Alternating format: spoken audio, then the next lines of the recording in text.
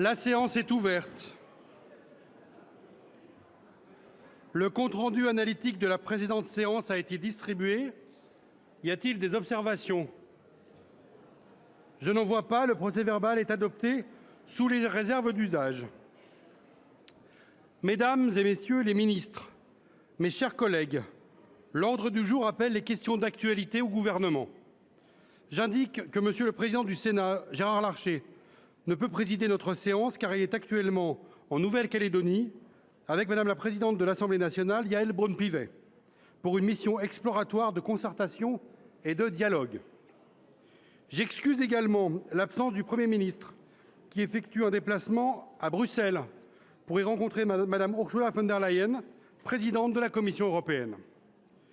Je vous rappelle que la séance est retransmise en direct sur Public Sénat et sur notre site internet. Au nom du bureau du Sénat, j'appelle chacun d'entre vous, mes chers collègues, à observer au cours de nos échanges l'une des valeurs essentielles du Sénat, le respect, qu'il s'agisse du respect des uns et des autres ou de celui du temps de parole. La parole est à Monsieur Claude Malhuret pour le groupe Les Indépendants, République et Territoires. Vous avez la parole, Monsieur le Président.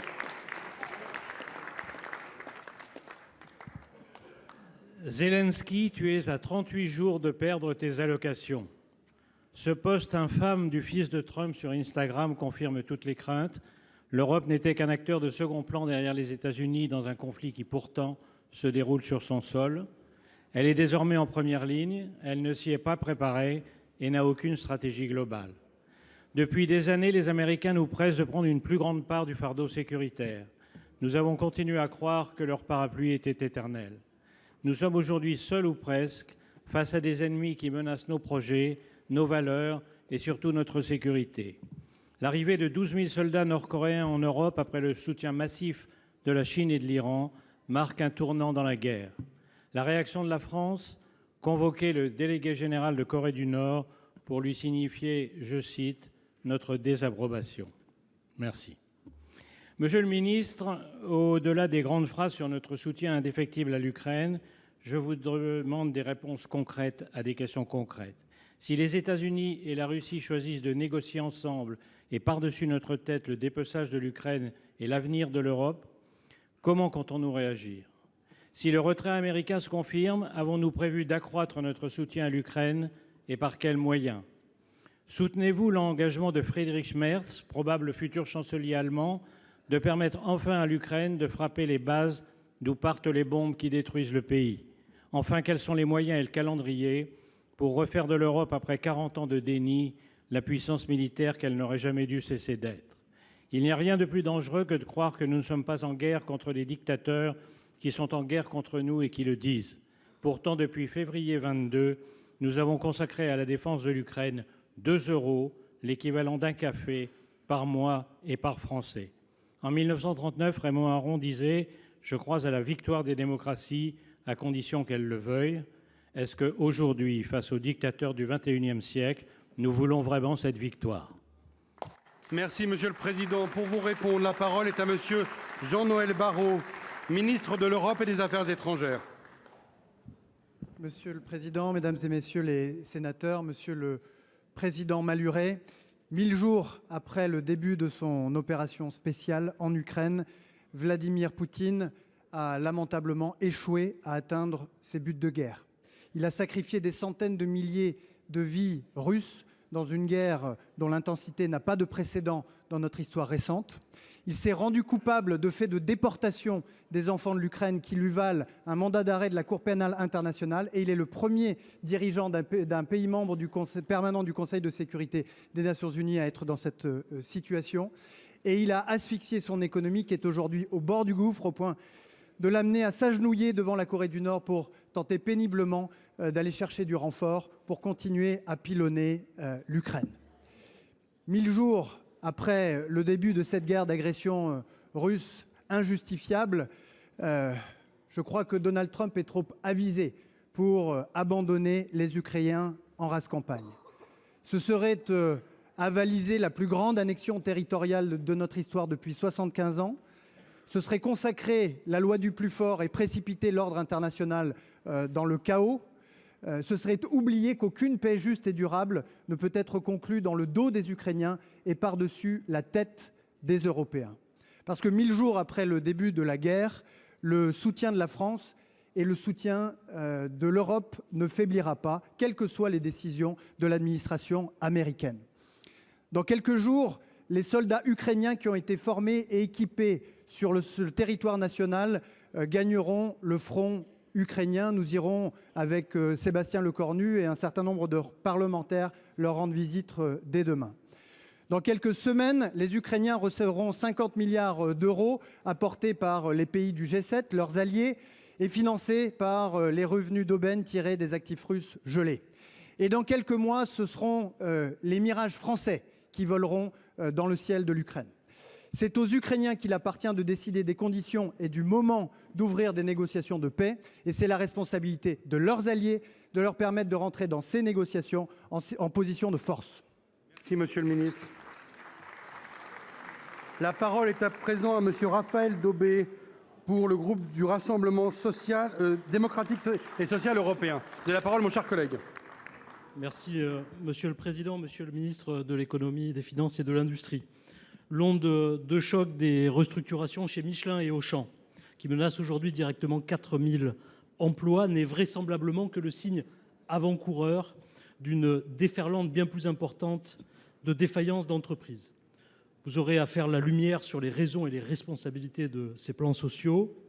En attendant, on parle de 150 000 destructions d'emplois en France et d'un chômage grimpant à 8% pour l'année prochaine si rien n'est fait. Vos hypothèses de croissance, fondées exclusivement sur la consommation des ménages, seraient, dans ce cas, déjà caduques. Et bien sûr, le budget pour 2025 s'en trouverait gravement compromis. Êtes-vous prêt, Monsieur le Ministre, à considérer que notre économie a besoin d'être soutenue par l'investissement public, à la fois pour doper la réalisation des projets des collectivités locales et des territoires, mais aussi pour soutenir la recherche et l'innovation qui seules permettront de tirer notre épingle du jeu dans la compétition internationale. Et puis l'Europe doit s'engager davantage aussi. Quelle stratégie porterez-vous auprès de nos partenaires européens pour mieux défendre et mieux protéger nos entreprises, nos emplois et nos savoir-faire?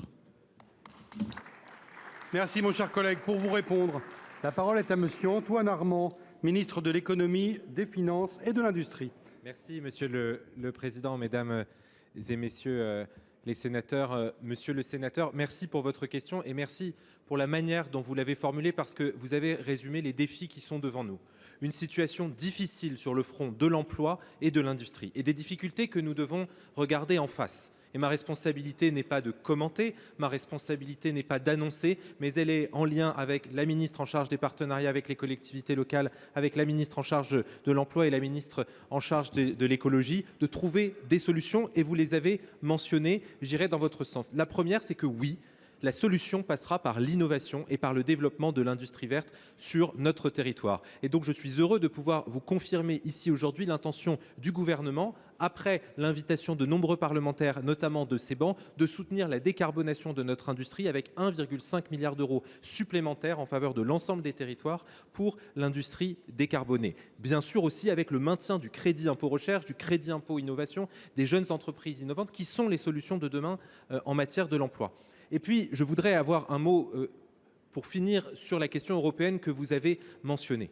Nous devons collectivement sortir de la naïveté européenne. Le monde nous y invite. La manière dont les évolutions politiques se font aux États-Unis comme en Asie nous invite à un sursaut. D'abord un sursaut européen avec nos partenaires pour de l'investissement privé, avec l'union de marché des capitaux, mais aussi avec l'investissement public et les conclusions du rapport Draghi que la France porte, je crois, au nom de l'ensemble de la représentation nationale, parce que la solution passera par l'investissement. C'est une évidence, mais je le dis ici aussi, pour être crédible et pour avoir du moteur politique au niveau européen, oui, nous devrons réduire nos dépenses publiques, réduire notre dette, c'est la condition de la souveraineté de notre pays. Je vous remercie.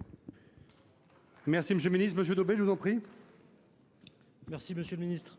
15 jours, c'est le temps que nous aurons au Sénat pour examiner le budget.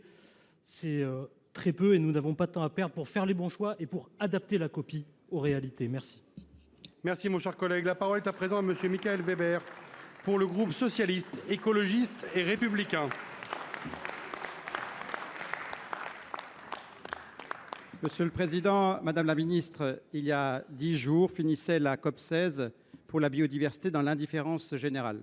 Entre-temps, la plus grande puissance du monde élisait à sa tête un homme pour qui le réchauffement climatique est un canular et l'environnement un non-sujet. C'est dans ce contexte que la COP29 pour le climat a débuté, pendant laquelle les puissances du monde doivent s'accorder sur le sujet de la finance climatique, là où elles ont échoué pour la biodiversité. La COP se déroule sous la présidence d'un État pétrolier, une dictature où règne la répression et la corruption et où parler d'environnement vous vaut la prison, de quoi discréditer la nécessaire coopération internationale.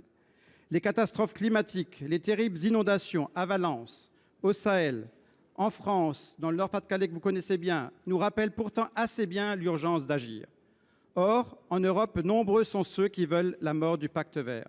En France, la biodiversité est en constant déclin.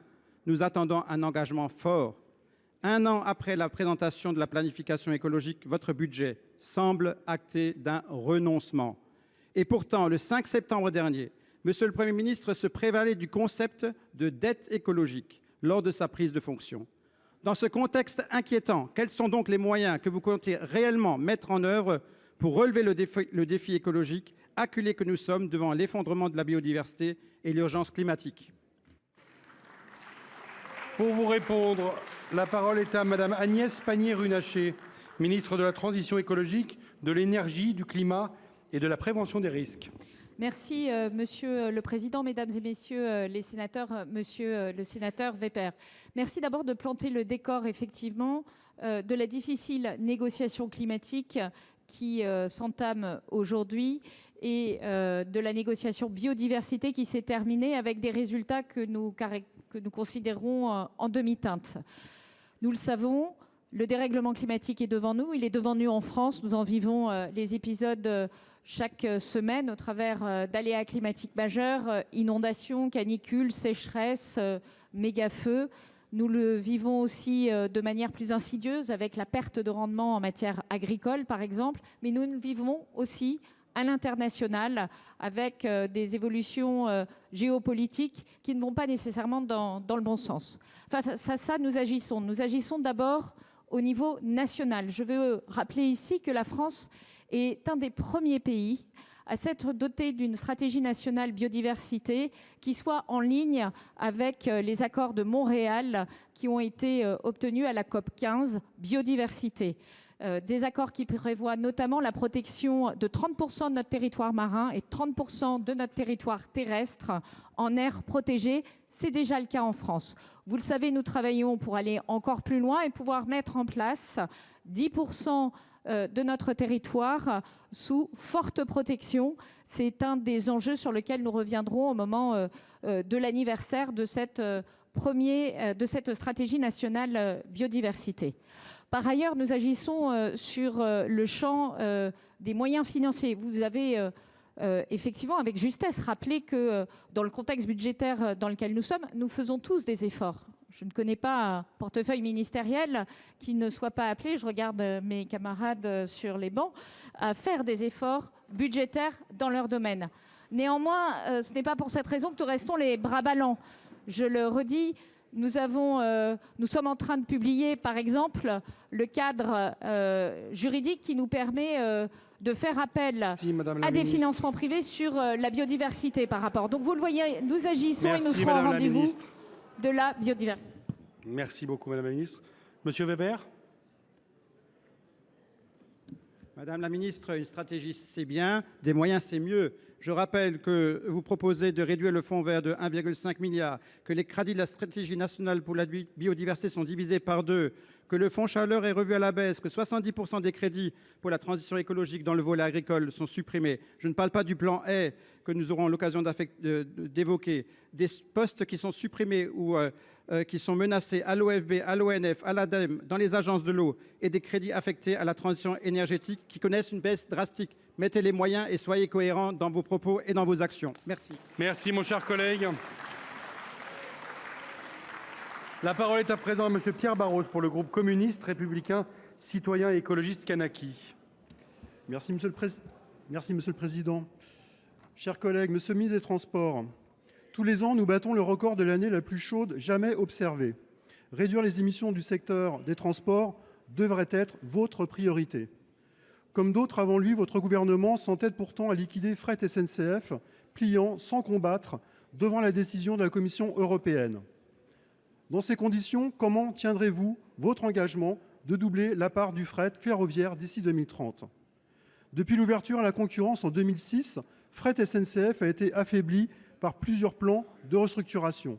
10 000 emplois ont été supprimés ces 15 dernières années.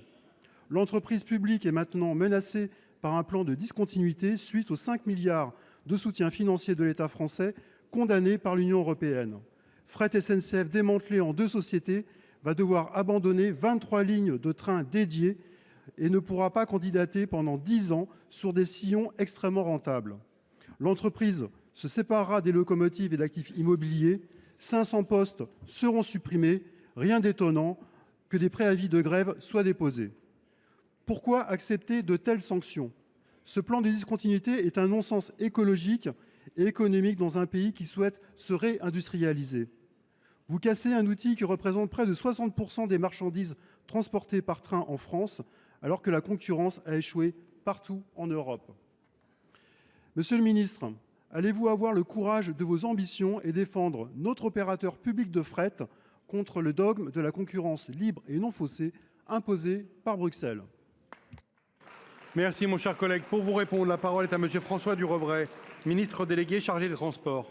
Oui, Monsieur le Président, Mesdames et Messieurs les sénateurs, Monsieur le sénateur Barros, d'abord je voudrais vous remercier de l'opportunité que vous me donnez de parler de cet enjeu fondamental du fret et du fret SNCF, qui est un des dossiers que j'ai eu à traiter lorsque j'ai été nommé au gouvernement. Et je voudrais profiter de votre question pour tordre le cou à un certain nombre d'informations qui me semblent erronées sur le sujet. La première des choses, et c'est la vérité, c'est que le fret a bénéficié au cours des années passées de 5 milliards d'euros d'aides illégales au regard du droit européen. Et ce n'est malheureusement pas le changement de ministre des Transports à Paris comme le changement de commissaire européen à Bruxelles qui peut changer cette réalité juridique. Par rapport à cela, nous avons travaillé main dans la main à la fois avec la SNCF mais également avec les organisations syndicales pour construire un plan robuste qui d'abord sauvegarde tous les emplois. Tous les emplois sont évidemment préservés, 90% dans le groupe SNCF, les 500 emplois que vous citez étant évidemment affectés dans d'autres tâches. Et j'ai demandé évidemment au président de la SNCF de veiller à chaque situation personnelle. Notre plan est robuste également pour l'avenir du fret. Heureusement, nous arrivons dans une phase où la demande des entreprises va croissante parce qu'elles ont bien conscience qu'il y a un enjeu de décarbonation de la mobilité. Et vous savez parfaitement que les flux qui sont cédés à la concurrence, ils sont 24 et non pas 23, sont tous repris par des entreprises ferroviaires, ce qui signifie qu'aucun flux ne va sur des liaisons routières. Enfin, je voudrais vous signaler l'engagement financier du gouvernement, 370 millions d'euros pour le fret ferroviaire, une augmentation pour le wagon isolé à hauteur de 100 millions d'euros. Le Premier ministre a demandé dans le budget 2025 d'accroître l'effort du gouvernement à hauteur de 30 millions d'euros et 4 milliards d'euros qui seront consacrés pour le fret dans les années qui viennent et l'investissement sur le ferroviaire. Vous voyez que l'ambition du gouvernement reste intacte et le doublement de la part du fret ferroviaire pour la part modale de transport de marchandises reste évidemment l'objectif. Je vous remercie. Merci, Monsieur le ministre. Monsieur Barros, je vous en prie. Monsieur le ministre, je doute de la robustesse de votre dispositif. 2 solutions sont possibles. Appliquons un moratoire, comme le recommandait le rapport parlementaire d'Hubert Wulfranc. Entamons de nouvelles discussions avec Teresa Ribera, commissaire européenne récemment nommée. Travaillons avec les organisations syndicales, les partenaires qui proposent des projets alternatifs pour développer le rail. Ne prenez pas, monsieur le ministre, le risque de jeter des milliers de camions supplémentaires sur nos routes. Merci, mon cher collègue. La parole est à présent à Madame Évelyne Perrot pour le groupe de l'Union centriste.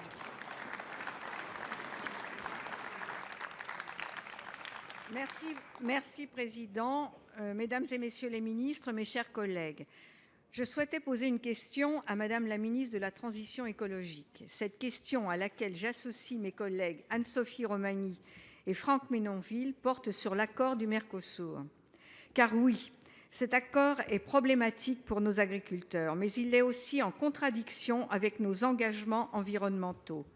Le rapport de Stéphane Ambert a démontré en 2020 que ses coûts écologiques seront supérieurs à ses gains économiques. Et Greenpeace n'a cessé de dénoncer le risque majeur que représente cet accord pour le climat et la biodiversité. En effet, il ne garantit pas que les importations européennes en provenance des pays du Mercosur ne seront pas liées à la déforestation. Pire, en favorisant les exportations sud-américaines de bœuf ou de biocarburants, il contribuera à l'accélérer. Par-delà la problématique de la déforestation, l'accord est dépourvu de toute exigence contraignante quant au mode de production. Or, les normes environnementales sont autrement plus lâches dans les pays du Mercosur que dans l'Union européenne. C'est un nivellement écologique par le bas au détriment de la planète. Pour y remédier, la France a tenté d'y intégrer de la réciprocité, des normes et des clauses miroirs, sans succès. En l'état, le traité est donc contraire à l'accord de Paris et à la stratégie nationale de lutte contre la déforestation importée. Madame la ministre, vous qui avez réaffirmé lors de votre audition au Sénat vouloir lutter contre tout dumping écologique, allez-vous imposer le veto français à la conclusion de cet accord et surtout vous opposer au nom de l'environnement à une adoption séparée de son volet commercial par la Commission? Merci, ma chère collègue. Pour vous répondre, la parole est à Monsieur Jean-Noël Barrot, ministre de l'Europe et des Affaires étrangères. Merci, Monsieur le Président, Mesdames et Messieurs les sénateurs. Madame la sénatrice, j'associe à ma réponse Annie Genevard et Agnès Pannier-Runacher, puisque vous le savez, sous l'autorité du Premier ministre, le gouvernement est pleinement mobilisé pour faire échec à ce que vous décriviez dans votre question. Et d'ailleurs, s'il est aujourd'hui à Bruxelles pour rencontrer Ursula von der Leyen, c'est précisément pour lui dire que nous ne pouvons pas accepter cet accord en l'état. C'est la position constante de la France et le président de la République l'a rappelé à de maintes reprises. Et pour les raisons que vous avez citées, qui tiennent d'abord au fond de cet accord, qui aujourd'hui ne réunit pas les garanties suffisantes pour que l'ambition environnementale soit au rendez-vous, mais aussi pour protéger nos filières agricoles. Vous l'avez dit, l'accord de Paris doit être un élément essentiel de l'accord et en cas de violation de l'accord de Paris, l'accord doit pouvoir être suspendu. L'accord doit aussi comprendre des clauses de sauvegarde, des mécanismes de sanction lorsque les obligations environnementales ne sont pas satisfaites. Et puis, l'accord doit respecter les règles en vigueur, celles que l'Union européenne impose à ses producteurs, et je pense en particulier aux règles concernant la déforestation. Garantir que nos partenaires commerciaux respectent en tout point les contraintes que nous imposons à nos producteurs, c'est une question de cohérence et de justice. Mais il y a une autre raison pour laquelle nous nous opposons à cet accord en l'état. C'est que nous tenons à ce que la Commission respecte le mandat qui lui a été confié par le Conseil. Ce mandat, c'était de conclure un accord d'association soumis à l'unanimité des États membres et à la ratification par les parlements nationaux. Et cela, c'est une question de démocratie. C'est tout cela qu'un certain nombre de parlementaires ont souligné dans une tribune. Ils ont été plus de 600 à le faire. Et c'est ce message que le Premier ministre est aujourd'hui allé à Bruxelles porter auprès de la présidente de la Commission européenne. Merci, monsieur le ministre. La parole est à présent à madame Antoinette Guhl pour le groupe écologiste Solidarité et Territoires. Monsieur le Président, Madame la Ministre, où en est la promesse de plein emploi du président Macron? Où en est la réindustrialisation de la France dont les gouvernements successifs se félicitent depuis 2017?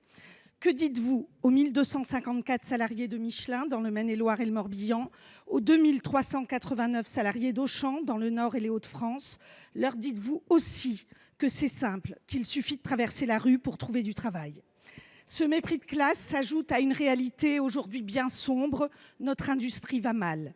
Je pense aussi aux 1700 emplois menacés chez Sanofi dans l'Oise et le Calvados, aux 228 salariés de Duralex sauvés grâce à leur propre reconversion en coopérative. Votre gouvernement poursuit une politique délétère déjà en place depuis plusieurs années. 80 milliards d'euros d'allègements concédés pour les gros salaires et les grandes entreprises qui vont grever le budget de la sécurité sociale, flexibilité de l'emploi, facilitation des licenciements. Est-ce que ça protège l'emploi? Non. Est-ce que ça protège l'industrie? Non. Pire, les gouvernements successifs depuis 2017 ont dégradé les droits sociaux et pénalisé les chômeurs. Pour beaucoup, c'est la double peine. Il ne s'agit pas seulement de milliards d'euros, mais d'êtres humains qui peuplent notre pays et qui souffrent aujourd'hui autant qu'ils s'inquiètent de leur avenir et de leur famille. Étant née en Lorraine, je sais ce qu'est le regard d'un enfant qui ne verra plus ses parents travailler. Victor Hugo disait « Aidons, protégeons, secourons, avouons la faute publique et réparons-la ». Il disait aussi « C'est du droit de tous les faibles que se compose le devoir de tous les forts ». Madame la ministre, comment le gouvernement compte-t-il enfin réparer sa politique pour protéger l'emploi industriel et anticiper les mutations à venir, et notamment la mutation écologique, la décarbonation de son industrie, dont la France ne peut se passer? Merci. Merci, ma chère collègue. Pour vous répondre, la parole est à Madame Astrid Panosyan-Bouvet, ministre du Travail et de l'Emploi. Merci, Monsieur le Président, Mesdames et Messieurs les sénateurs. Madame la sénatrice Antoinette Guhl, moi j'aimerais rappeler aussi les chiffres, vous avez voulu en citer quelques-uns. Eh bien, depuis 2017, sur la question industrielle, c'est 150 000 emplois industriels nets de créés. C'est 2,5 millions d'emplois créés plus généralement. Et sur la question industrielle, c'est des créations après plus de 30 ans de destruction de notre tissu industriel. Donc je pense qu'à un moment donné, il faut aussi remettre les choses en perspective et rappeler ce qui a pu marcher dans notre pays. Mais vous avez raison, Madame la sénatrice, les conditions économiques se durcissent avec une accélération du nombre de procédures collectives d'entreprises en difficulté. Cette situation est la conséquence d'une part de transformations structurelles dans certaines filières, des transformations au long cours qui touchent aujourd'hui l'automobile, la chimie, la grande distribution, mais également des facteurs conjoncturels, la question du coût de l'énergie, la question du durcissement des conditions commerciales, en particulier chinoises, indiennes et américaines. Toutes les réponses, je dis bien toutes les réponses, qu'elles viennent du ministère de l'économie, de l'industrie, de l'écologie, comme du travail, doivent être mobilisées, que ce soit sur le plan offensif ou défensif. Sur la question de l'emploi, il s'agit aujourd'hui de changer de braquet, notamment sur la question des solutions qui sont mobilisées, que ce soit l'activité partielle, les transitions écologiques, les reconversions, parce qu'elles doivent aujourd'hui être beaucoup plus simplifiées sur des dispositifs uniques, et on en parle avec les partenaires sociaux. Je parle également, et ça peut vous intéresser ici, des fonds de revitalisation qui doivent être plus ciblés vers les départements en difficulté. Mais il y a également des solutions d'avenir qui ont été rappelées par le ministre de l'économie, que ce soit la bataille de la compétitivité, notre montée en gamme, l'innovation, la réponse européenne ferme aux concurrents chinois et américains. Le ministre de l'économie et de l'industrie travaille également sur un plan de filière auto au niveau européen, parce que ces questions dépendent aussi du niveau européen. Et enfin, sur la décarbonation de l'industrie, vous l'avez pointé, madame, il y a un amendement très important qui a été déposé par le gouvernement ce matin même, 1,5 milliard d'euros, spécifiquement sur la décarbonation. Donc le combat continue, offensif et défensif, tout en rappelant ce qui a été réalisé, notamment sur la création d'emplois industriels dans notre pays. Merci, madame. Merci, Madame la Ministre. La parole est à présent à Monsieur Étienne Blanc pour le groupe Les Républicains. Merci, Monsieur le Président. Monsieur le Ministre de l'Intérieur, le rapport sénatorial de la commission d'enquête sur le narcotrafic a réservé un chapitre assez important sur l'épineuse question de la corruption. Ça n'a pas été facile car nous avons constaté que les administrations centrales et les inspections générales avaient peu de documents solides sur ce sujet-là, laissant entendre que le gouvernement regardait ça d'un peu loin. Pourtant, nous savons qu'un certain nombre de services connaissent aujourd'hui une véritable dérive. C'est vrai pour certaines collectivités territoriales, c'est vrai pour des agents des douanes ou des dockers qui vont percevoir une rémunération pour qu'un conteneur soit écarté, ne soit pas fouillé et ne soit pas scanné. C'est vrai aussi pour des agents de nos tribunaux. Oui, un certain nombre de greffiers n'ont pas accompli quelques formalités dans des greffes des tribunaux judiciaires, mais aussi de centres de détention, pour faire tomber une procédure judiciaire. C'est vrai aussi, hélas, d'un certain nombre de services de police et de services de gendarmerie. Nous avons constaté une augmentation significative de la consultation illégale de fichiers.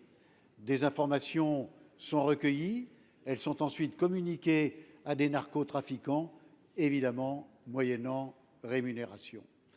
Monsieur le ministre de l'Intérieur, vous avez à plusieurs reprises utilisé le terme de narco-État.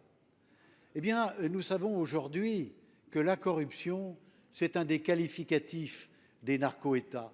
C'est le moyen de détruire les centres névralgiques destinés à la lutte contre la criminalité, ou en tout cas de les affaiblir.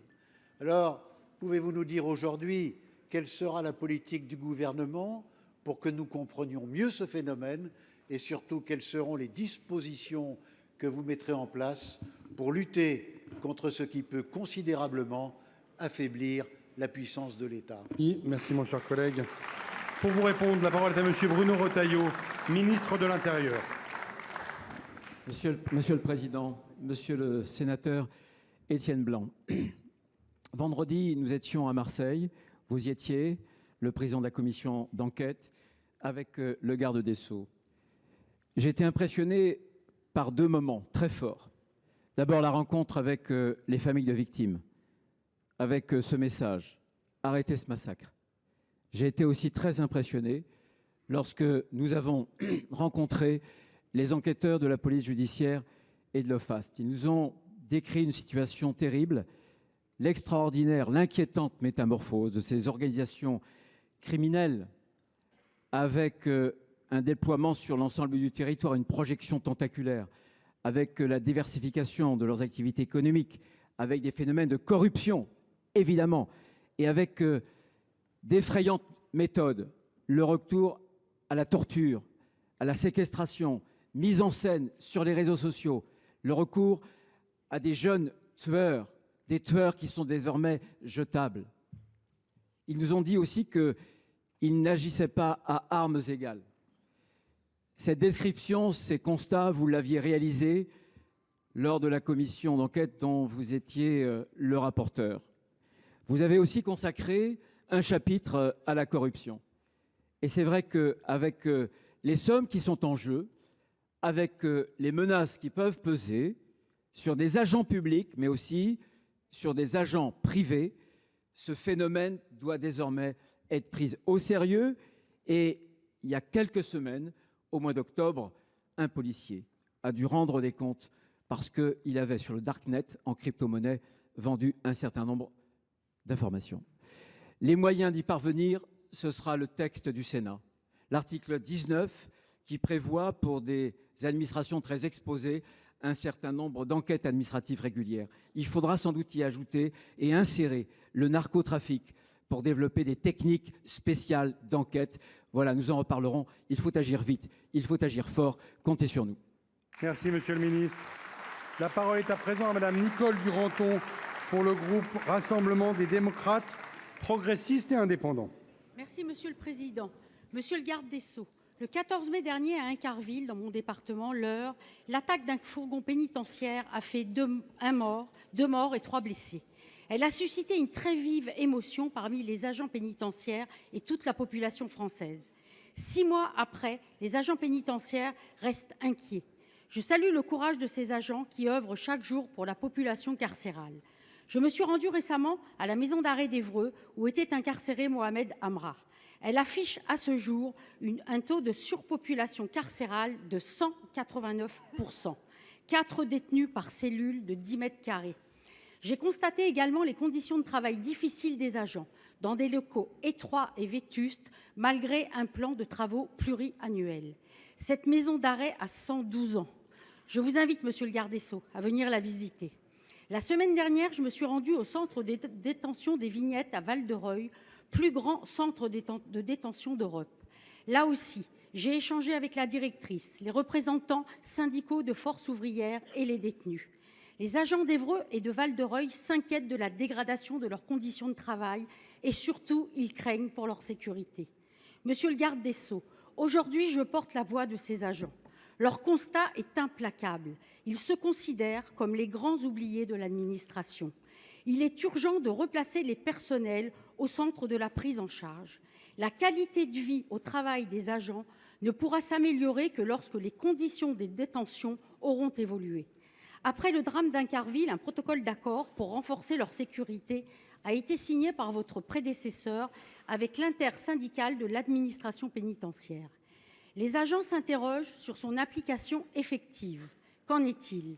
Il aura fallu le drame d'Incarville pour réfléchir à des mesures de sécurité réclamées depuis de nombreuses années par les agents. Vous avez récemment annoncé que l'objectif de construction de 15 000 places de prison d'ici 2027 ne serait pas atteint. Mauvaise nouvelle. Monsieur le garde des Sceaux, comment allez-vous remettre sur les rails le plan 15 000 places nettes pour améliorer le quotidien des détenus et assurer la sécurité des agents pénitentiaires ? Je vous remercie. Merci, ma chère collègue. Pour vous répondre, la parole est à monsieur Didier Migaud, garde des Sceaux, ministre de la Justice. Merci, Monsieur le Président, Mesdames et Messieurs les sénateurs.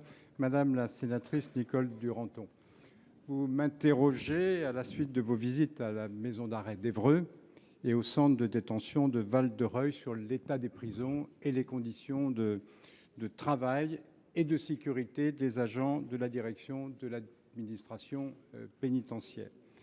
Vous évoquez en particulier les suites données au protocole dit d'Incarville après le drame que nous avons vécu, l'attaque d'un fourgon qui a entraîné, vous le savez, la mort de 2 personnes et 3 blessés.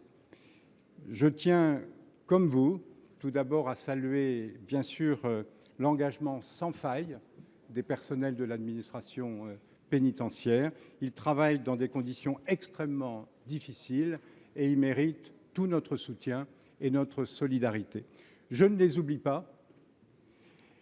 Et c'est pour cela que j'ai demandé une enveloppe complémentaire par rapport à la lettre plafond et que le Premier ministre a souhaité arbitrer favorablement. Ce qui me permet de respecter les engagements qui ont été pris vis-à-vis de ces personnels. Les 33 mesures qui sont prises dans le cadre de ce protocole sont en cours de mise en œuvre et les crédits dédiés sont bien sanctuarisés dans le projet de loi de finances pour 2025. Or, des échanges continuent entre les organisations syndicales, l'administration pénitentiaire et la chancellerie. À l'heure actuelle, à titre d'exemple, les premiers véhicules nouvelle génération ont commencé à être livrés. J'ai eu l'occasion d'ailleurs d'en remettre 4 vendredi dernier à Marseille. D'ici fin 2024, nous disposerons de 60 sites équipés en système anti-drone. Il y en aura 90 en 2025 et vient s'ajouter à cela le déploiement d'une centaine de dispositifs mobiles de brouillage de téléphones qui seront attribués d'ici la fin de l'année. Et pour 2025, ce sont plus de 97 millions qui seront dédiés au renforcement de la sécurité des personnels et des établissements. Un mot sur le plan 15 000. J'aurai l'occasion d'y revenir après des arbitrages du Premier ministre sur cette situation qui effectivement est un constat de retard. Monsieur le ministre. La parole est à présent à Madame la présidente Christine Lavarde pour le groupe Les Républicains.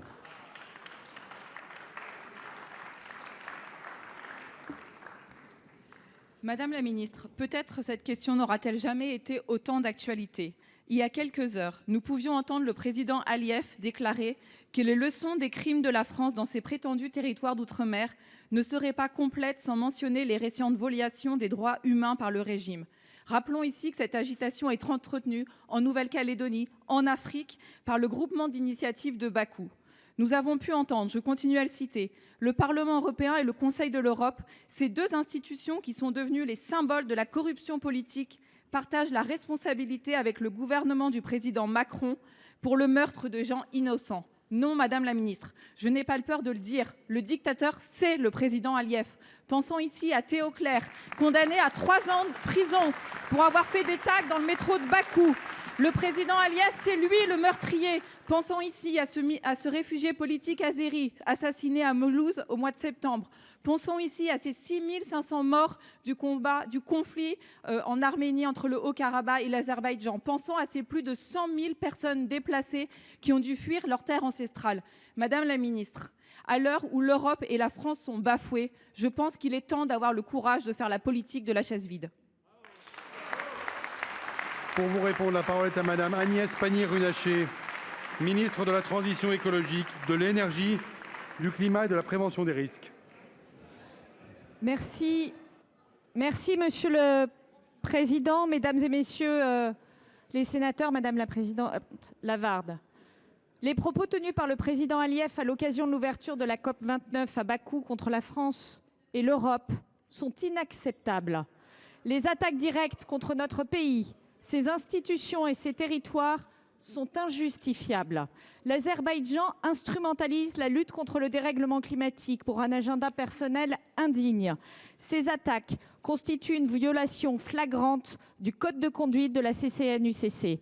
Elles ne resteront pas sans réponse. Il est par ailleurs ironique que l'Azerbaïdjan, régime répressif et liberticide, donne des leçons de droits de l'homme. Les propos tenus par l'Azerbaïdjan en faveur des énergies fossiles sont également inacceptables, alors même que la diplomatie française et européenne avait obtenu un accord universel sur la sortie progressive des énergies fossiles à la COP28. Cela est indigne d'une présidence de COP. Je veux ici saluer à l'inverse le Brésil et le Royaume-Uni qui ont pris l'engagement de revoir à la hausse leur trajectoire de baisse des émissions de gaz à effet de serre.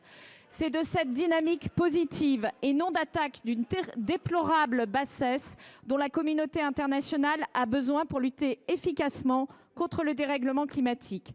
Dans cette situation nouvelle, après échange et en accord avec le président de la République et le Premier ministre, je ne me rendrai pas à Bakou la semaine prochaine.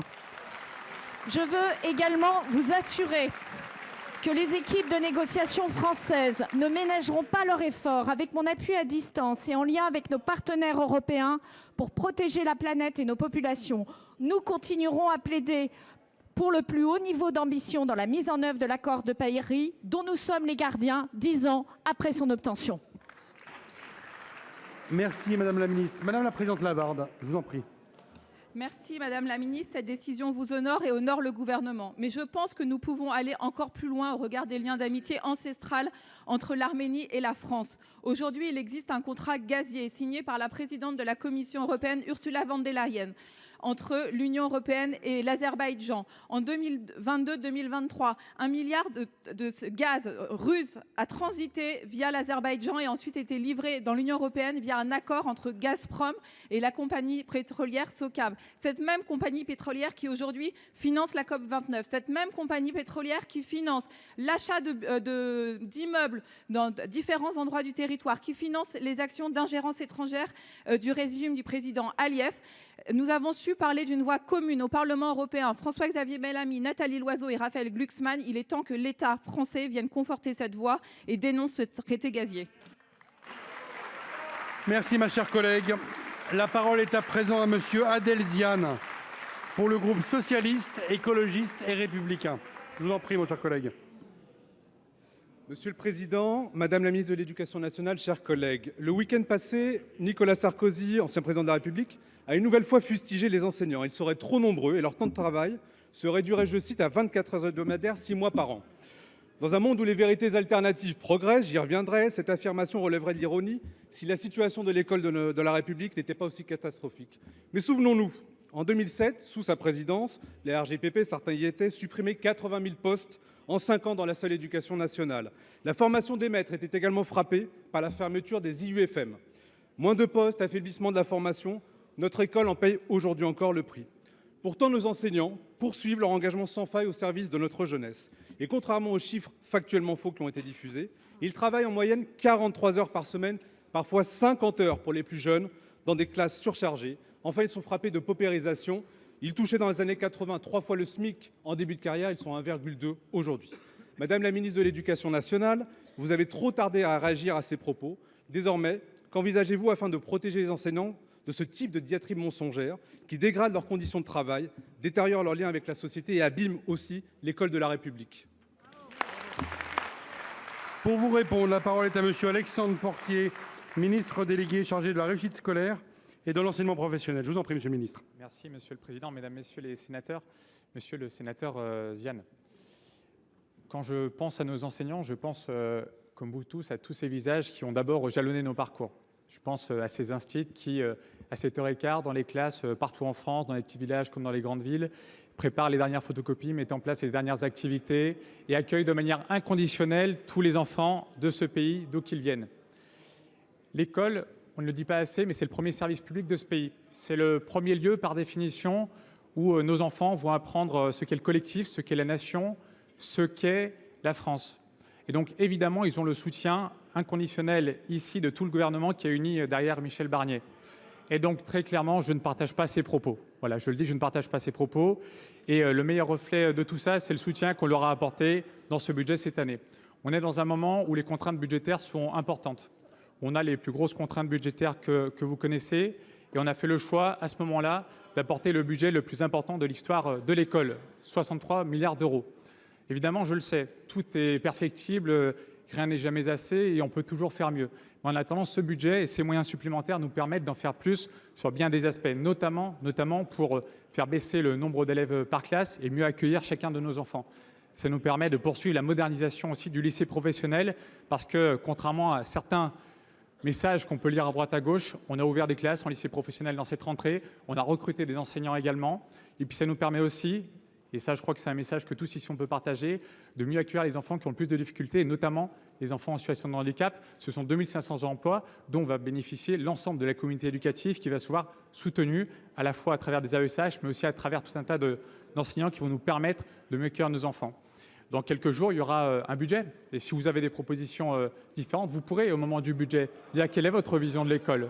Vous pourrez vous exprimer et nous dire ce que vous proposez pour faire mieux, pour faire plus. Et j'ai hâte qu'on puisse en débattre ensemble. Je vous remercie. Monsieur le ministre, monsieur Zian, je vous en prie. Oui, merci, monsieur le ministre. Nous avons énormément de propositions à vous faire. Et merci pour votre réponse et de ne pas donner suite à ces propos. J'aurais aimé entendre la ministre de l'Éducation nationale qui est à Paris actuellement à ma connaissance, à deux titres. D'abord sur la forme, parce que la priorité des priorités, c'est d'abord d'avoir un professeur devant chaque élève. Or, aujourd'hui, 15 millions d'heures de cours ne sont pas dispensées dans notre pays et l'annonce de l'acte 2 du choc des savoirs a été faite alors que l'acte 1 n'a même pas été évalué et que 4000 postes seront supprimés. Enfin, sur le fond, durant la crise Covid, les agents de la fonction publique étaient loués pour leur abnégation. Ils seront encore en première ligne demain pour redresser notre pays face à la crise économique et budgétaire qui va frapper. Et ils méritent mieux que les clichés éculés, à l'heure même où, je ne sais pas s'il est là, le ministre de la fonction publique, dans une forme de trumpisme à la française, n'a rien trouvé de plus judicieux ce matin que de s'acoquiner avec Elon Musk dans un challenge méprisant et provocateur sur Twitter à leur endroit. Nous leur devons de la considération et reconnaître leur rôle et leur travail dans la parole comme dans l'action politique. Je vous remercie. Mon cher collègue. La parole est à madame Jacqueline Eustache-Brinio pour le groupe Les Républicains. Merci.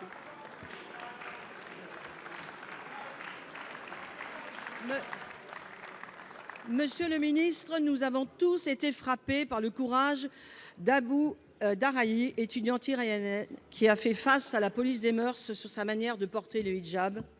Et elle a posé un geste d'une transgression inouïe qui exprime l'étouffement d'un peuple. Avec Roger Karoutchi, nous avons souhaité faire pression sur les autorités iraniennes en formant un comité de parrainage constitué de 150 sénateurs afin qu'elle ne disparaisse pas suite à son arrestation, en demandant au président iranien sa libération. À Paris, au nom de Dieu, l'ambassade de la République islamique d'Iran, qui s'est fendue d'un communiqué de presse surnaturel, refuse d'admettre la réalité en faisant croire qu'Aou est atteinte de troubles mentaux et en déclarant qu'il s'agit d'un sujet secondaire. Monsieur le ministre, vous avez déclaré « Je salue le courage de cette jeune femme qui fait là un acte de résistance et qui s'est hissée au rang d'icône ». Avez-vous des informations sur ce qu'est devenu Aou et avez-vous eu des contacts avec l'ambassade d'Iran ?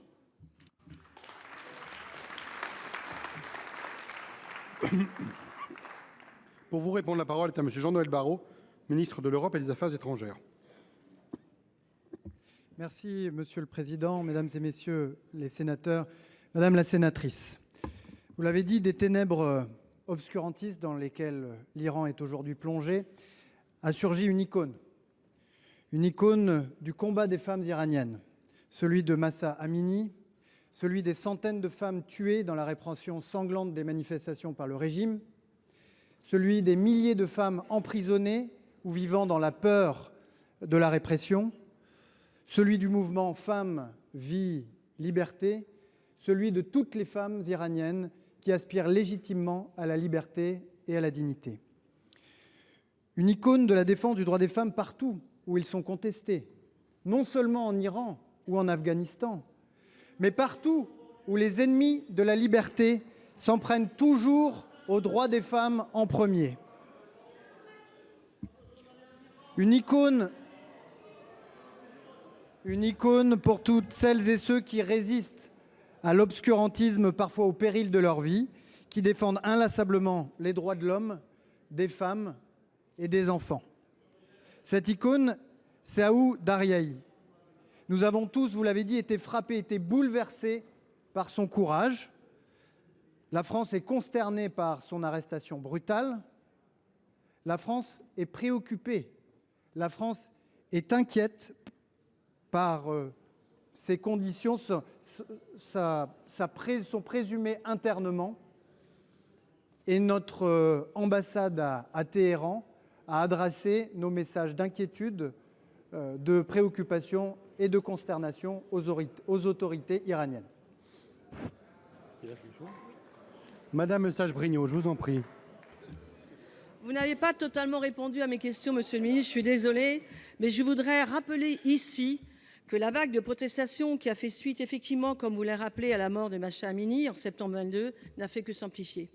Et je veux rappeler que le régime des mollahs et du corps des gardiens de la révolution islamique a exécuté, très majoritairement par pendaison, plus de 800 personnes en 2023, augmentation de 172% par rapport à 2021.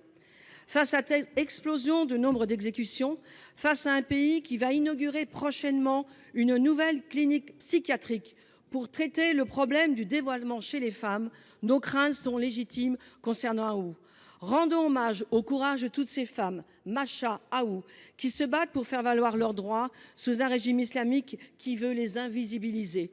Trop de femmes sont victimes d'un véritable apartheid sexuel en Iran, en Afghanistan. La France doit faire pression, monsieur le ministre, sans état d'âme sur l'Iran. La France ne doit pas oublier Aou et doit être clairement aux côtés de ces femmes qui aspirent à une seule chose, la liberté. Merci, ma chère collègue. La parole est à présent à monsieur Olivier Henno pour le groupe de l'Union centriste.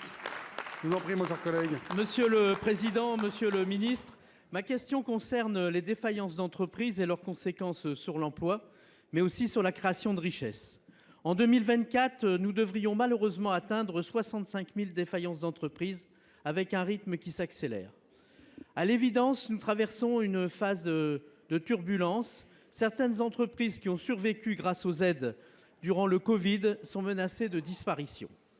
Lors d'une matinale d'une radio, Marc Ferracci, ministre de l'Industrie, a annoncé, après les fermetures des sites d'Auchan et de Michelin, qu'il y aurait probablement d'autres plans sociaux. Soyons clairs, monsieur le ministre, il y a d'abord à craindre un nouveau décrochage de notre pays en termes de création de richesses. Je regrette d'ailleurs que cette question soit trop souvent l'angle mort du débat politique dans notre pays. Je rappelle que depuis 30 ans, la France voit son PIB par habitant stagner quand ce dernier progresse dans les autres pays de l'OCDE. Enfin, il y a à craindre une remontée du chômage avec son cortège de misère pour les salariés. Quand on interroge les chefs d'entreprise, ils évoquent plusieurs causes de ces défaillances d'entreprise. Le coût du travail, encore et toujours, le prix de l'énergie, mais aussi le remboursement des PGE. Alors ma question est simple, n'y a-t-il pas urgence à agir, à anticiper et à utiliser de nouveau celui qui a le moins de conséquences budgétaires, les PGE, en les utilisant une fois encore comme un amortisseur pour un nouvel allongement de la durée de remboursement au-delà de 2026 ? Je vous remercie. Merci, mon cher collègue. Pour vous répondre, la parole est à monsieur Antoine Armand, ministre de l'Économie, des Finances et de l'Industrie. Merci, Monsieur le Président, Mesdames les sénatrices, Messieurs les sénateurs. Monsieur le sénateur Hainaut, merci pour votre question et l'attention que vous avez portée à rappeler la réalité et le contexte global.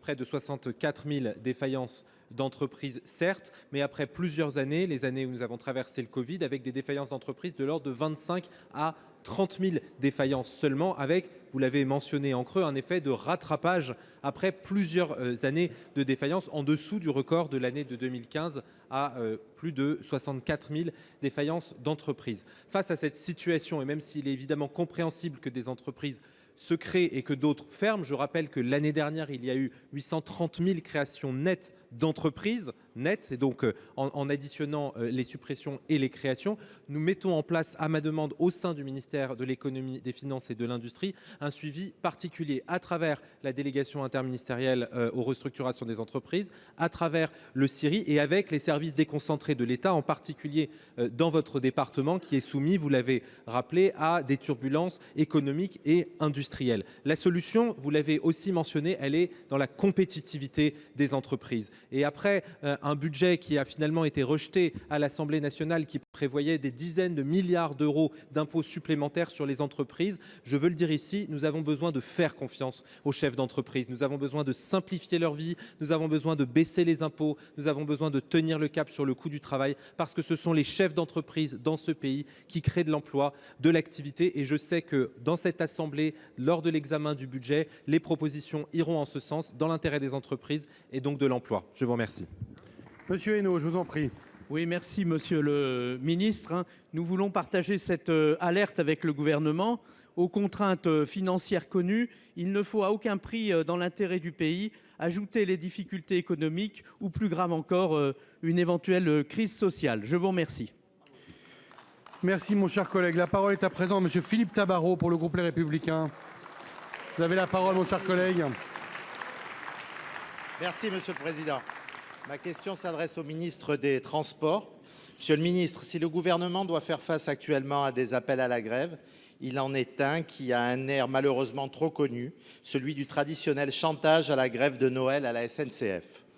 Après un galop d'essai le 21 novembre, c'est bel et bien une grève illimitée qui est annoncée à partir du 11 décembre, avec pour conséquence directe un impact sur des millions d'usagers et un coût pour les contribuables, puisqu'une journée de grande grève coûte de 10 à 20 millions d'euros. Situation du fret, concurrence des lignes TER, tous les prétextes sont utilisés, mais ne soyons pas dupes d'un timing parfaitement choisi, celui des NAO et de leur revalorisation salariale. On pourrait débattre à l'envi des défis ferroviaires, mais au final, les usagers du mois de décembre n'y sont pour rien. Ils souhaitent simplement retrouver leur famille à la veille de Noël. Au final, c'est toujours l'usager qui trinque, parce que depuis 1947, il n'y a pas eu une année sans un jour de grève à la SNCF. Alors, Monsieur le ministre, tout en réexpliquant les garanties apportées aux salariés du fret et l'obligation de cette réorganisation, comme vous venez de le faire, afin de sauver 5 000 emplois et éviter de rembourser 5 milliards indûment perçus, ne serait-il pas temps aussi de briser ce tabou et d'encadrer enfin le droit de grève dans les transports, en reprenant les mesures que nous avons votées ici au Sénat avec Bruno Retailleau, puis avec Hervé Marseille. Enfin, nous n'avons pas attendu certains députés populistes qui se réveillent aujourd'hui pour faire un travail de fond afin de sanctuariser certains jours dans l'année et lutter contre les grèves du quotidien. Monsieur le ministre, n'est-il pas temps désormais de respecter pleinement la liberté d'aller et venir des Français ? Oui, le droit de grève est un droit constitutionnel et c'est pourquoi nous n'acceptons pas de le voir détourné et encore moins dévoyé. Merci, mon cher collègue. Pour vous répondre, la parole est à monsieur François Durovray, ministre délégué chargé des Transports. Oui, merci Monsieur le Président, Mesdames et Messieurs les sénateurs. Monsieur le sénateur Philippe Tabarot, tout d'abord merci de votre question qui me donne l'opportunité d'abord de saluer le travail que vous réalisez vous-même dans cette Assemblée sur le sujet des transports d'une façon générale, sur la question de la sécurité dans les transports, puisque une proposition de loi que vous avez portée ici sera examinée à l'Assemblée nationale le 9 décembre prochain, mais également sur la continuité des services publics, qui est évidemment un sujet important pour les élus de la nation, mais aussi pour les usagers de la SNCF. Je voudrais d'abord rappeler que la question de la continuité du service public est un principe constitutionnel au même titre que le droit de grève, et je suis également attaché à chacun de ces deux principes. Je voudrais également rappeler les conditions dans lesquelles le préavis de grève a été déposé par les organisations syndicales. Elle porte sur 3 sujets. La question du fret, et j'ai eu l'occasion dans une question précédente de rappeler les mesures qui ont été prises par le gouvernement pour assurer un avenir positif au fret. La question des négociations salariales, et je voudrais à cet égard indiquer que, comme dans n'importe quelle entreprise, cette question se situe au niveau de la direction générale de l'entreprise. Je note d'ailleurs qu'au cours des années passées, à la fois les agents, mais aussi l'entreprise ont bénéficié des conditions favorables liées à l'usage du train par les Français. Je note aussi que l'inflation aujourd'hui est beaucoup plus réduite, donc ce qui change le cadre des discussions, et c'est heureux pour les Français et pour leur pouvoir d'achat. Je note enfin que s'agissant de la concurrence dans les TER, nous apportons toutes les garanties sur les conditions sociales, notamment de cette mise en concurrence. Donc je voudrais, pour terminer, vous indiquer que le dialogue a lieu, doit avoir lieu, que les Français ne comprendraient pas qu'ils soient pénalisés par une grève à la fois dans leur vie quotidienne et pour leurs déplacements pour aller se rendre au travail, qu'ils ne le comprendraient pas davantage s'ils étaient pénalisés pour rendre visite à leur famille à l'occasion des fêtes de fin d'année, mais que j'ai confiance dans la responsabilité et la capacité de dialogue de l'entreprise et des organisations syndicales. Merci, monsieur le ministre. La parole est à présent à monsieur Émilienne Poumirol pour le groupe socialiste, écologiste et républicain. Non ?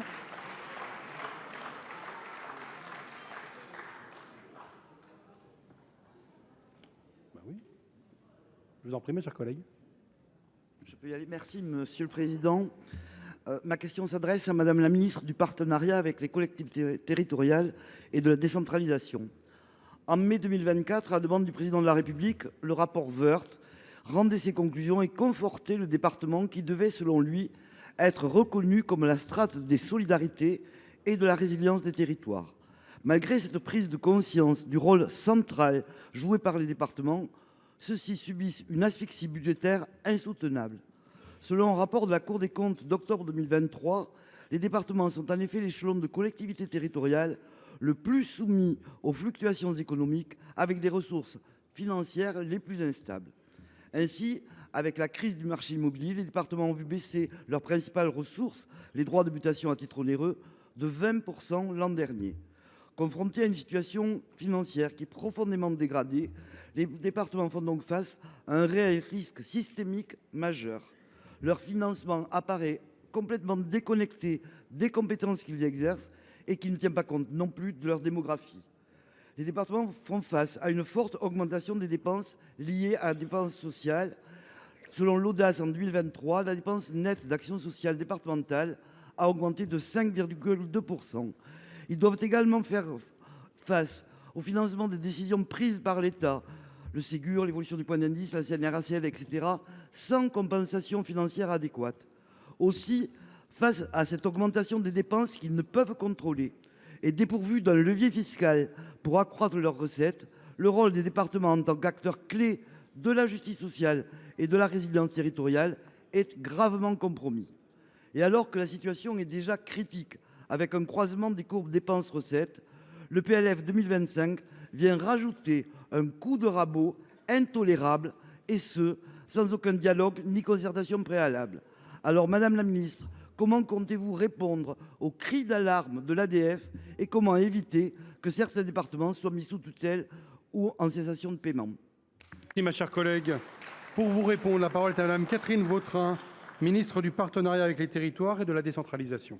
Merci, Monsieur le Président, Mesdames et Messieurs les sénateurs, Madame la sénatrice Poumirol. Madame la sénatrice, merci pour votre question. Vous connaissez les conditions dans lesquelles ce projet de loi de finances pour l'année 2025 a été établi. Et vous savez que le premier point, c'était celui, bien évidemment, de la difficulté des finances publiques de notre pays. Chacun connaît le montant de la dette publique de 3 228 milliards d'euros. et les intérêts de la dette à 55 milliards d'euros. À partir de là, le gouvernement a travaillé sur une réduction des dépenses d'abord de l'État pour un montant de 20 milliards d'euros, des dépenses sociales pour 15 milliards d'euros et effectivement sollicité un effort des collectivités. Pour autant, et je partage votre constat, la situation des départements est une situation toute particulière. Toute particulière parce que vous l'avez évoqué au moins pour deux raisons.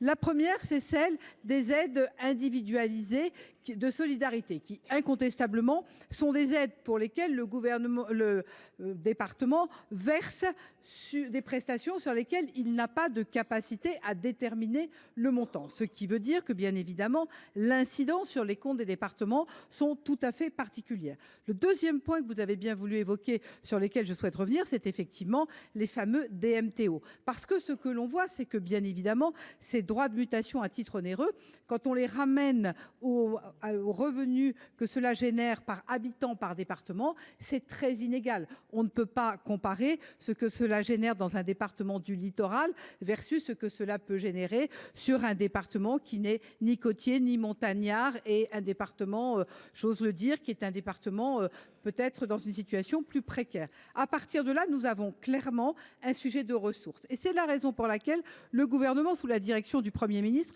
et avec mon collègue en charge des comptes publics, travaille pour apporter des réponses très concrètes, à la fois sur cette notion des droits de mutation, mais également sur la ponction qui est évoquée. Et le Premier ministre aura l'occasion, dès cette fin de semaine, lors du congrès de départements de France, de revenir sur le sujet pour dire l'engagement du gouvernement auprès des départements. Merci Madame la Ministre.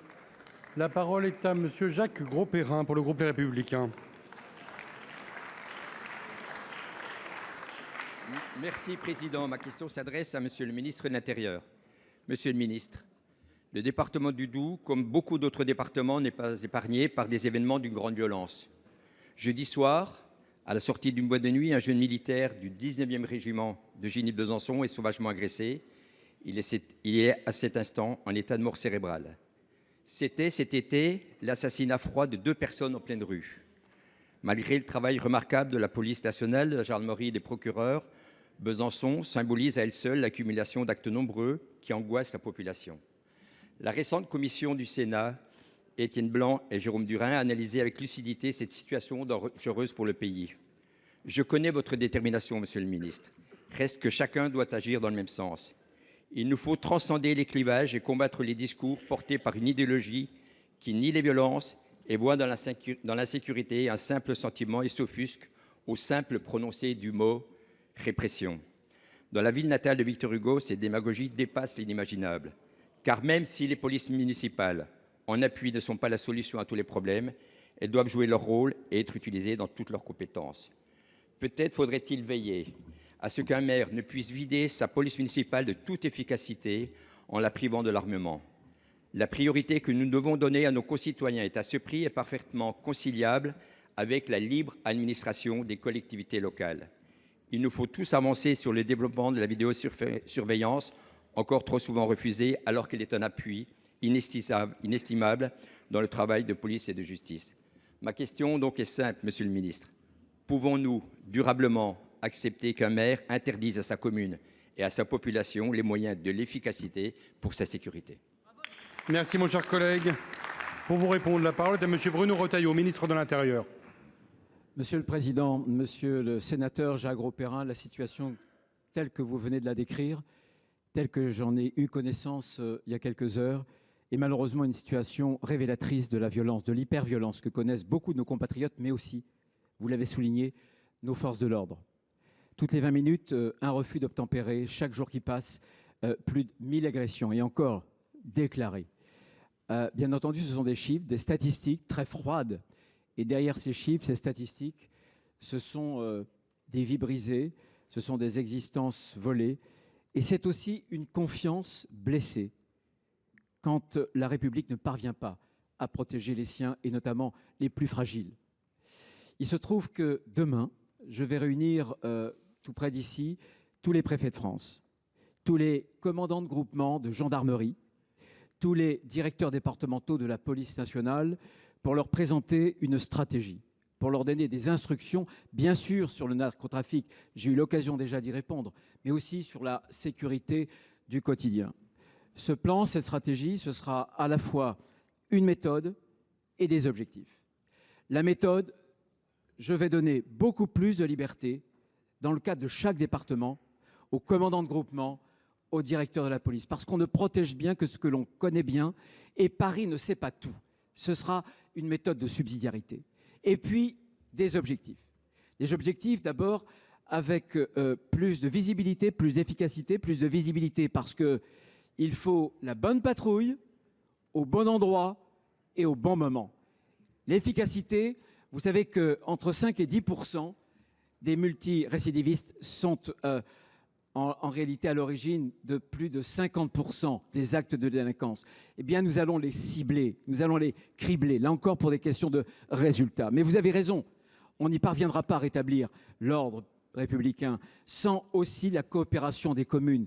Et comme vous, je suis favorable à un continuum de sécurité. Je suis favorable à ce qu'il y ait un armement, plus de policiers municipaux et plus de vidéoprotection. Nous allons réunir bientôt un Beauvau de la sécurité et nous l'inscrirons à l'ordre du jour législatif. Merci. Merci, monsieur le ministre. Monsieur Grosperrin. Merci, monsieur le ministre. Nous connaissons votre engagement, votre force et vos convictions. Et je crois qu'il est important qu'on mobilise les maires parce que les maires ne doivent pas rester à l'écart de cette chaîne pour la réussite et la sécurité de nos concitoyens. Merci. Merci, mon cher collègue. La parole est à monsieur Daniel Laurent pour le groupe Les Républicains. Vous avez la parole, mon cher collègue. Monsieur le Président, Mesdames, Messieurs les ministres, lors du déplacement à Shanghai de la ministre Sophie Primas pour la Foire internationale des importations, elle a abordé la surtaxe douanière frappant le cognac, l'armagnac et les brandis avec ses homologues chinois. Cette enquête anti-dumping lancée par les autorités chinoises a déjà exigé une coopération coûteuse de la filière. Ces investigations s'inscrivent dans un contexte de tensions commerciales sino-européennes marquées par des droits de douane européens sur les véhicules électriques votés le 4 octobre et la riposte chinoise le 11 octobre par un cautionnement de 38% sur certaines importations. Depuis, les exportateurs français subissent des annulations et reports de contrats accentuant leur vulnérabilité. Je remercie notre président Gérard Larcher pour son soutien. Les représentants de la filière ont réaffirmé leur souhait de préserver la liberté de commercer sans devenir victime collatérale de ces conflits. Je pense aussi à la taxe Trump en suspens, dont la réactivation pourrait menacer nos exportations. Vous avez évoqué l'importance de privilégier les négociations, approche que je soutiens. Aujourd'hui, touchant le cognac et l'armagnac, ces enjeux pourraient demain affecter des secteurs tels que les filières laitières et porcines. Nous espérons à l'approche du G20 au Brésil un engagement fort du président de la République. Nous avons appris hier une décision encourageante de la part de la Chine permettant aux importateurs de présenter des garanties bancaires en remplacement des cautionnements. Merci de nous faire partager les avancées de ces entretiens et des actions envisagées pour protéger ce secteur essentiel à notre économie et à notre patrimoine. Merci, mon cher collègue. Pour vous répondre, la parole est à monsieur Jean-Noël Barrot, ministre de l'Europe et des Affaires étrangères. Monsieur le Président, Mesdames et Messieurs les sénateurs, Monsieur le sénateur Daniel Laurent, vous avez rappelé la situation. L'Union européenne a décidé d'appliquer des droits de douane qui sont entrés en vigueur le 30 octobre dernier sur les véhicules électriques chinois, après un an d'enquête qui a été fait en transparence, de manière contradictoire et dans le respect des règles de l'OMC. À l'inverse, les décisions chinoises d'appliquer des droits de douane sur un certain nombre de filières européennes, comme celle des produits laitiers ou encore celle du cognac, ne respectent en aucun cas les règles de l'OMC et sont injustifiées. C'est la raison pour laquelle la Commission européenne a réagi rapidement. Dès le 23 septembre, elle a engagé une procédure vis-à-vis de l'OMC s'agissant de l'enquête menée par la Chine sur les produits laitiers.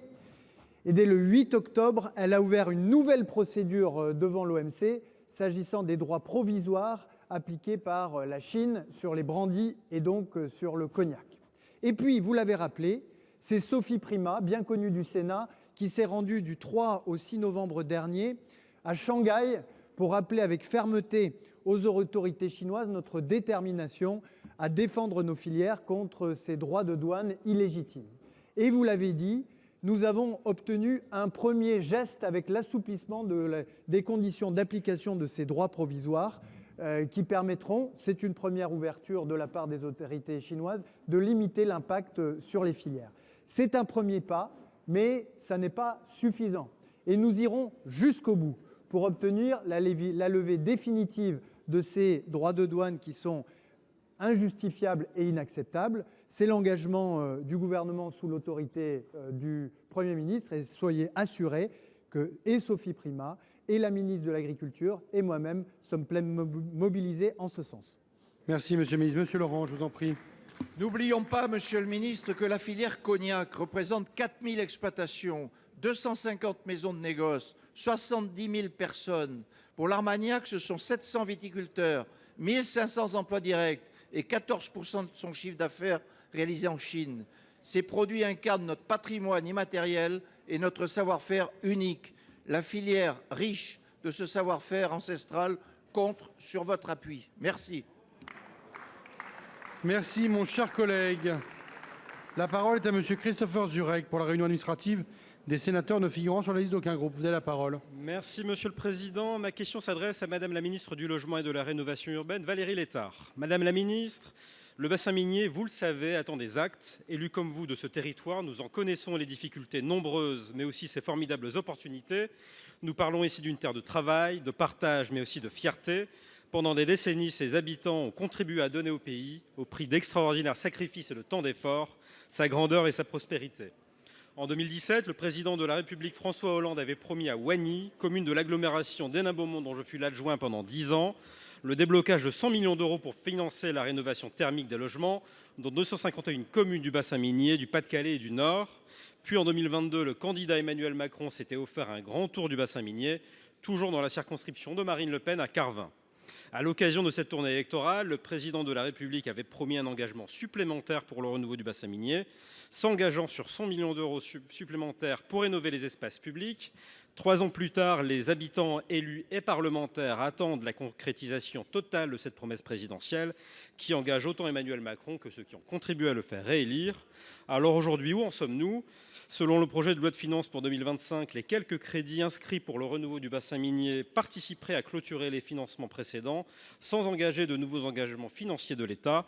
Les médias n'en retrouvant pas la trace sous l'intitulé ERBM, ils s'en sont inquiétés, mais peut-être à juste titre, la politique étant fatalement aussi une question d'affichage. Toujours est-il que l'émoi et l'incertitude ont envahi beaucoup d'esprits à la fin du mois d'octobre. Madame la ministre, mes questions seront extrêmement simples. Pouvez-vous nous confirmer la consommation des 100 premiers millions sur la rénovation de l'habitat et nous confirmer que ce sont bien 100 autres millions d'euros qui seront affectés aux espaces publics de nos résidences minières ? Aujourd'hui, les collectivités ont besoin d'être rassurées sur la participation financière de l'État sur leurs projets de réhabilitation. Notre territoire fut jadis considéré comme celui possédant le plus beau logement social du monde. Au-delà du seul ERBM, notre territoire, traumatisé sur le plan économique, social et écologique, a besoin d'un soutien sur le long terme. Je vous remercie. Merci. Pour vous répondre, la parole est à Madame Valérie Létard, ministre du Logement et de la Rénovation urbaine. Vous avez la parole, Madame la Ministre. Merci, Monsieur le Président. Mesdames, Messieurs les sénateurs, Monsieur le sénateur Zurek.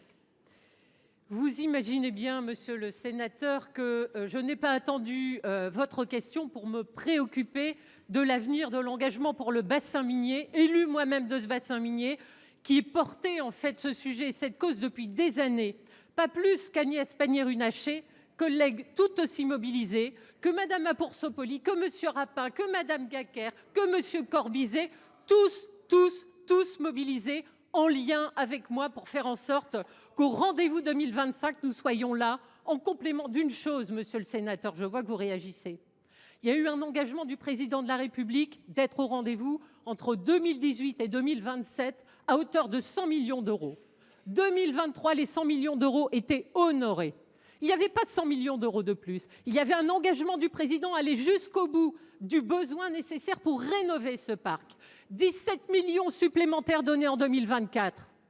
Dès 2025, effectivement, il fallait mesurer comment continuer l'effort pour y être jusqu'en 2027. J'ai pris la tâche dès mon arrivée au ministère en responsabilité. Et avec le préfet, nous avons mesuré quels sont les besoins. Avec tous les collègues ici, sénateurs qui se sont mobilisés, tous les élus locaux, et le débat budgétaire qui aura lieu ici au Sénat permettra dans la deuxième partie d'être au rendez-vous d'un amendement gouvernemental qui vous montrera, messieurs les sénateurs, qu'on n'a pas attendu après vous pour honorer les engagements du président de la République et s'occuper des habitants du bassin minier. Merci Madame la Ministre, mes chers collègues. Je vous rappelle que les prochaines questions d'actualité au gouvernement auront lieu mercredi 20 novembre 2024. Je vais suspendre la séance. Elle sera reprise à 16h30 pour l'examen de la proposition de loi instituant une ordonnance de sûreté de l'enfant victime de violences. La séance est suspendue.